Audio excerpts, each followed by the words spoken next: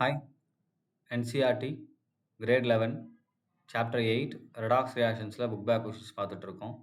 Question number 8.3, justify that the following reactions are redox reactions கேட்டிருக்காங்க. So first reaction பாருங்க, copper oxide plus H2 gives copper plus H2O கொடுத்துருக்காங்க. Right. So இங்கே ஒவ்வொன்றுக்கும் oxidation state போட்டே வாங்க. இப்போ copper பார்த்தீங்கன்னா நமக்கு இங்கே +2ல் இருக்குது, ஏன்னா இதுக்கு என்ன இருக்கும் -2, அண்ட் ஹைட்ரஜன் இங்கே 0ல் இருக்குது. இங்கே வரும்போது காப்பர் 0 அண்ட் ஹைட்ரஜன் நமக்கு இங்கே +1ல் இருக்குது. அப்போ காப்பர் +2லேருந்து 0 ஆகிறத நம்ம என்ன சொல்லிக்கலாம், ரிடக்ஷன். அண்ட் ஹைட்ரஜன் 0லேருந்து +1 ஆனது ஆக்சிடேஷன். ஸோ இது ஒரு ரெடாக்ஸ் ரியாக்ஷன் தான் நம்ம கன்ஃபார்ம் பண்ணிக்கலாம். அடுத்து நெக்ஸ்ட்டு பாருங்கள், Fe2O3. ஸோ இதில் Fe வந்து +3 அண்ட் இது 2-. CO பொறுத்த வரைக்கும் இது +2 அண்ட் இது -2.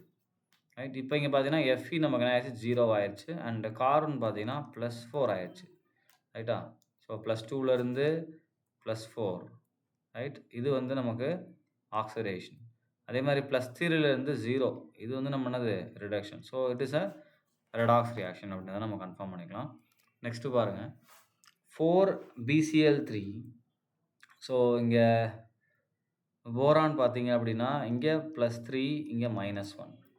அண்ட் அலுமினியம் நமக்கு இங்கே பார்க்கும்போது அலுமினியம் ஹியர் +3 அண்ட் ஹைட்ரேட்னால நமக்கு என்ன ஆகும், இங்கே -1. இங்கே 3 போட்டிருக்காங்க. ஸோ அப்போ என்ன ஆயிரும்னா, ஓகே கரெக்டு தான். இப்போ அடுத்து பாருங்கள், இங்கே வரும்போது போரான் பார்த்தீங்க அப்படின்னா நமக்கு ஹைட்ரஜன் இங்கே வர்றதுனால boron will be converted into -3 and இங்கே பார்த்தீங்கன்னா இது +3 அப்படின்னு, சாரி +1 அப்படின்னு இருக்கும். அண்ட் ஏஎல் பார்த்தீங்க அப்படின்னா நமக்கு என்ன ஆகும், அகெயின் இங்கே +3ல் தான் இருக்கும்.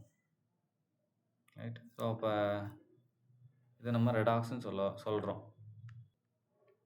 ஏன் நம்ம அப்படி சொல்கிறோம், ஏன்னா இங்கே Cl-1. இப்போ யார் ஆக்சிடேஷன் நம்பர் சேஞ்ச் ஆயிருக்கு அப்படின்னு பாருங்கள்.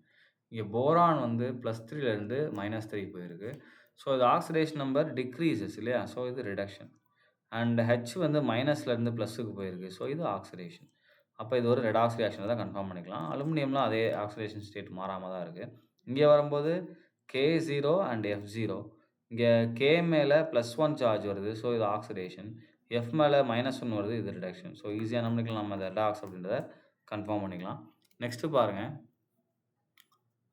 இதுக்கான ரெடாக்ஸ் ரியாக்ஷன் ஜஸ்டிஃபை பண்ண சொல்லியிருக்காங்க. இப்போ இங்கே பார்த்தீங்கன்னா நைட்ரஜன் மேலே -3 அண்ட் ஹைட்ரஜனுக்கு +1, ஆக்சிஜன் இங்கே 0. இங்கே வரும்போது நைட்ரஜன் மேலே பார்த்தீங்க அப்படின்னா +2 அண்ட் ஆக்சிஜன் மேலே -2. அண்ட் இங்கே ஹைட்ரஜன் பார்த்தீங்கன்னா +1, இங்கே இது -2. இப்போ ஆக்சிஜன் வந்து 0லேருந்து -2 ஆகிருக்கு. ஸோ இது நமக்கு என்ன ஆயிருக்குன்னா ரெடியூஸ் ஆகிருக்கு. அண்ட் நைட்ரஜன் -3லேருந்து +2 ஆகிருக்கு, இது ஆக்சிடைஸ் ஆகிருக்கு. ஸோ இதுவும் நமக்கு என்னது, ஒரு ரெடாக்ஸ் ரியாக்ஷன். ஸோ இந்த மாதிரி நீங்கள் சார்ஜ் டிஃபரன்ஸ் எழுதி நீங்கள் ஜஸ்டிஃபை பண்ணலாம். தியரியாக எழுதிக்கலாம். எப்படின்னா nitrogen is oxidised from -3 to +2. அதே மாதிரி அப்படி எழுதி hence it is a redox reaction நீங்கள் எழுதிக்கலாம். ரைட். தேங்க்யூ.